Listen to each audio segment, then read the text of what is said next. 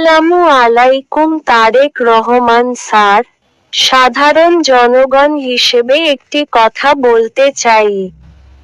আমার বিশ্বাস, আপনি একজন ভালো মানুষ এবং গরিব মানুষের পাশে দাঁড়াতে চান, এটা সত্য। আপনি সাহায্য ও সহযোগিতা করেন, দান করেন, এটাও সত্য। কিন্তু বাস্তবতা হলো, সেই সাহায্যের বড় একটি অংশ প্রকৃত গরিব মানুষের হাতে পৌঁছায় না। ১০০ টাকার মধ্যে প্রায় ৭০ টাকার সুবিধা গরিবরা পায় না। তা পেয়ে যায় কিছু নেতাকর্মী। আপনি ঠিকই গরিবের জন্য দেন, কিন্তু শেষ পর্যন্ত গরিব মানুষ তা পায় না। এই জায়গাটাতেই সমস্যা।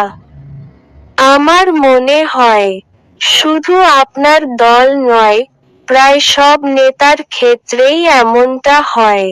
নেতারা গরিবের পাশে দাঁড়ান, কিন্তু তাদের আশপাশের চামচারা গরিবের হক মেরে খেয়ে ফেলে। তাই আমার বিনীত অনুরোধ, আপনি গরিবকে দান করবেন, সাহায্য করবেন।